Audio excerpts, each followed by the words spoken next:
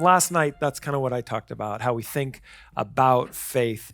And today, we're talking about a thinking faith. And you've heard so much from me. And it was, it is such a blessing to be at a conference where I'm not only the token pastor, but I'm almost the only token guy. No, for real. Like, that's really nice because I'm tired of hearing myself speak. And it's nice to hear things from a different perspective.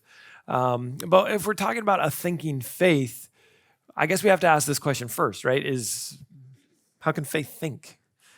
Right? Is faith something that exists beyond our control, kind of outside of us? Can faith exist without us? Can faith then think? I would say that the premise is that faith is not conformed to the words that we have previously given it or words that we will give it. We're doing some philosophy here again. Faith itself is probably beyond our thinking in some respects.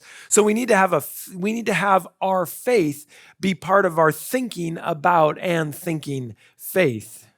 Is that confusing enough at the end of the day? Because it gets like that sometimes, right? But you see, here's one of the things that we do, and I mentioned this before in my little personal reflection. We got to make sure that we don't let our doctrines do your believing for you. That's pretty important, right? I don't know if you've ever done that. Just let someone else's words do your believing for you. The fundamental belief statements are just that, statements of what we believe to be true.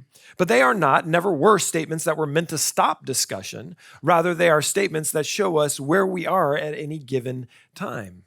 I was preaching at the seminary, which is probably a bad idea, and I was doing a week of prayer, and a guy comes up to me and he's a little pugilistic, like he wanted to get in a fight, you could tell. And so he came up and he kind of got in my face and he said, "Do you believe the doctrines?" And I was like, "Believe them? I've seen them. They're written down everywhere. You can Google them." And he was like, "No, that's not what I mean." And I was like, "Oh, what do you mean?" And I knew what he meant.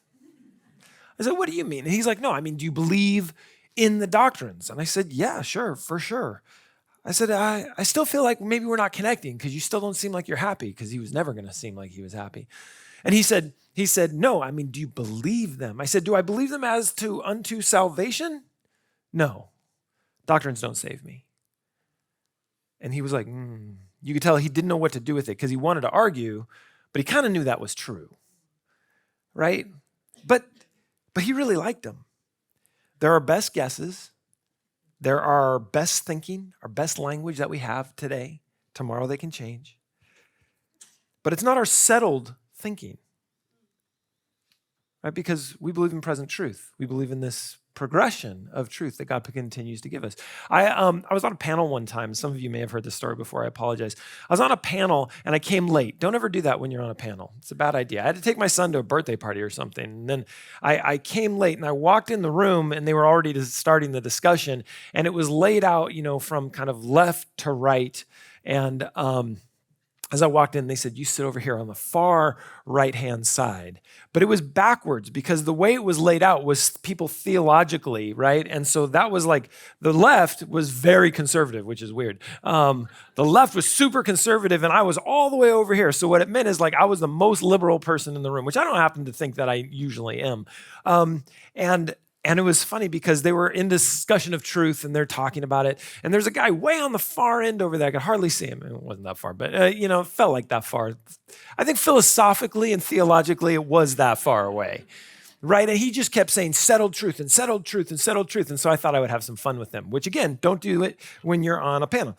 But I thought I'd have some fun with him. And I said, "Hey, I'm sorry, I was late. I really apologize, being a good dad and everything. I don't know you. I thought this was a Seventh-day Adventist conversation. Are you Seventh-day Adventist?" Yes, he was. And he was deeply offended. "Well, yes, I am." And I said, "Oh, fascinating, because you're saying something I've never heard before." He's like, "What's that?" I said, "You keep saying settled truth. I don't even know about that. I know present truth. That sounds Adventist to me.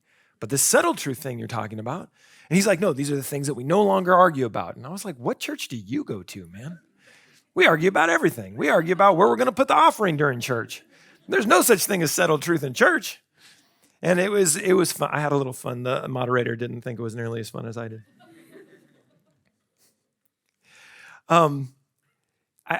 It was just is just fascinating to me. There's one thing that we need to understand. God is not bound by our belief statements, right? God is not bound by the words that we've put to God because God exists outside of those words. We use the words that we have, the finite words that we have to speak of an infinite God. So of course they're going to fall short. How could they not fall short? Because anytime you make a list about anything, you leave something out. Have you ever made a grocery list? And then you get home and you're like, I forgot. I didn't get toilet paper. Your kids are looking at you like you're a failure as a dad.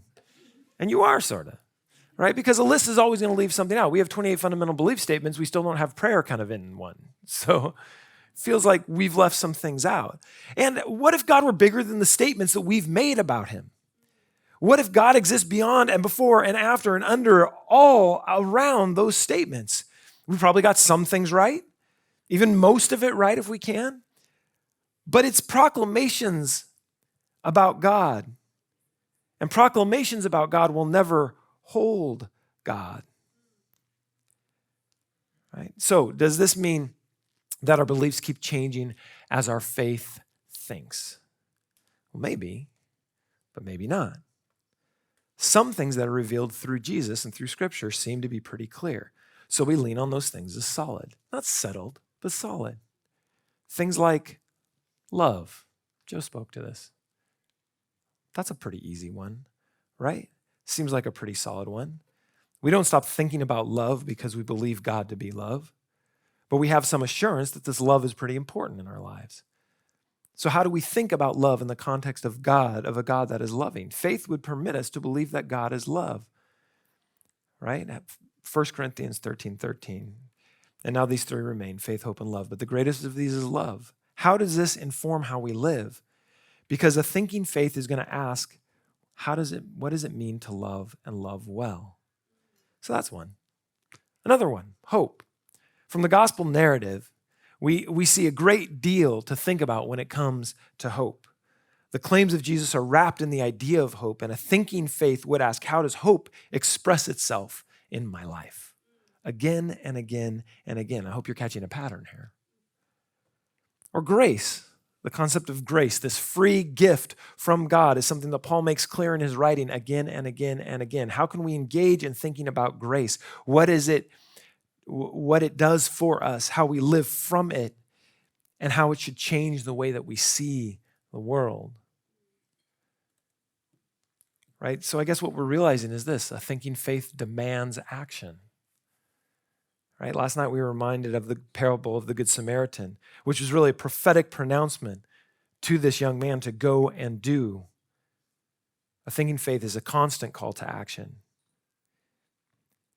You see, we have these three things that interact in our lives and our thinking faith all the time. The first one is orthodoxy, which is just right thinking, right? How we think about God, how thinking faith pushes us to further clarify our understanding so it is as clear as possible. We seek orthodoxy or right thinking so that we can approach the throne of grace without fear, as Nathan said this morning, as we understand who God is, right? And this orthodoxy leads us to orthopraxy, which is right doing. Right thinking leads us to understand what we need to do and how to do it correctly. When we do right things, we see our thinking faith being put into action. But this is all predicated on orthopathy, which is a right heart. In other words, our thinking and our doing, our right thinking and our right doing, is predicated on the idea that our hearts have been placed in the right place. Our hearts are the place where we connect with this God we believe in, with this God that convicts us and loves us and gives us hope and helps us move forward. But I want to go back to the proclamations that we make about God for a second. I mentioned this before in the context of letting our beliefs do our believing for us. The problem is this: when it comes to proclamations, truth is not a proclamation. Truth is a person. As we understand it, his name is Jesus.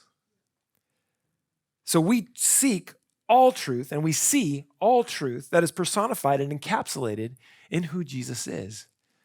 Therefore, a thinking faith is seeking to think about Jesus if it is interested in truth. But if truth is a person, how can we know it? Well, I guess in the same way that you would know a person, right? You can read about them, you can study them, you can read their statements, understand their life, read the history. You can do all of that. But it still puts you one step away from that actual person, doesn't it? At some point, you have to be in relationship with the person. I'll never forget, we were at a one project in Sydney, and we were talking about this thing right here, this idea that truth is a person. And this young person, probably a 16-year-old girl, says, can I say something? And like in a room full of, progressively minded people, we all want young people to speak. So we're like, yeah, you say something. And she said the most profound thing.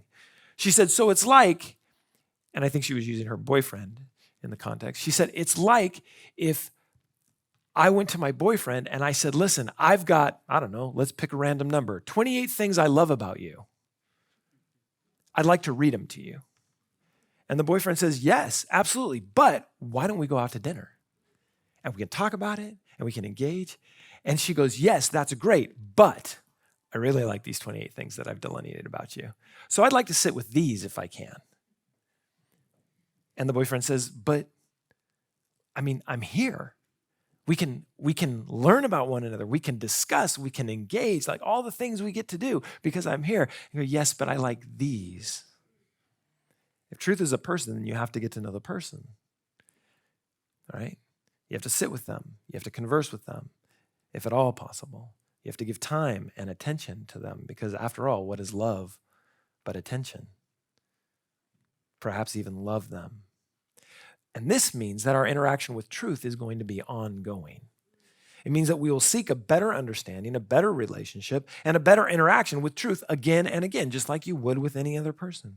We will build our relationship to truth like we would build any other relationship in our lives. And by the way, that relationship will have ebbs and flows. There will be time where you feel very close to that truth we call Jesus and times where you feel very far away, just like in any other kind of relationship. Because the truth is this, a thinking faith leads us at times to doubt. Because you're getting new information and you're having to process that new information. And you're having to recalibrate what you think about something. And sometimes that leads you to doubt. And I was kind of hoping to stay away from this, I'm not going to lie. Because this is the one that people get a little nervous with. But I guess we can't. We have to deal with doubt if we are to deal with faith, and certainly with a faith that thinks, because doubting is part of it. And I don't want you to think that doubt means a lack of faith. Rather, doubt means that you have faith in something. Because we don't have doubts to that which we don't believe. So the presence of doubt is a validation of faith. Switchfoot wrote a really great song. It's actually a song that was written after an African parable, which is simply that the shadow proves the sunshine, right? Our graphic in thinking faith. That blank space proves the sacrifice. This is why a text like Mark 9:23 makes sense, where the man, the father, when he says to Jesus, listen, if you can, I'd like you to heal my child. And Jesus says, if I can, all you got to do is believe. And the father says, I do believe. Help me overcome my unbelief. It is not a binary relationship that we have between faith and doubt. It is a parallel relationship that we have between faith and doubt. Doubt means that you care. It means that you're thinking about it. It means that you're working towards it and you're dealing with it. Doubt is a constant companion of faith, and even more so to a thinking faith. And that's not only okay, it's important. Because you have to understand this. People believe in different percentages. Okay, there are some people who are like 99% belief to 1% doubt, like all the time. These are amazing people. You know these people. These people who nothing shakes their faith, nothing bothers them. They're solid all the time, right? And then there's these other people that are kind of like 51 49ers. They like wake up on a Tuesday and they're like, maybe, right? And there's all these different percentages in between. And I'm not even sure it equals to 100 on any given day, right? These percentages change according to our moods, our study, our seasons of life, our faith community experiences, and even our conversations. They're constantly shifting in our lives. To deny this is to deny one of the basic tenets of faith, that sometimes faith is complicated. And a thinking faith even more so. Because we're not afraid of the questions, we're not afraid of the doubts, and we're not afraid to engage in the search for orthodoxy and orthopraxy and orthopathy. Faith can be super complicated. It can be commentaries and Bible dictionaries and deep, deep study in the Logos app. I mean, it can be all these different things. It can be conversation and contention. But faith is simple as well. Faith is also the relationship that we have with the divine, and that is as simple as surrender at times. It's as easy as saying, I don't know, or help my unbelief.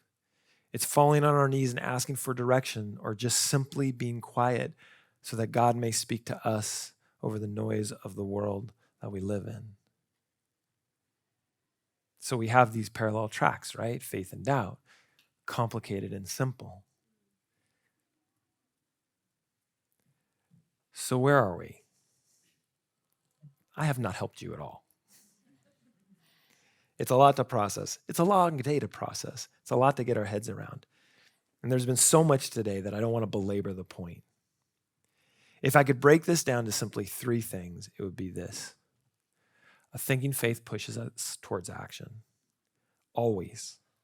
We cannot sit in our seats and simply think. The outcome of a thinking faith will always be action. If you feel harassed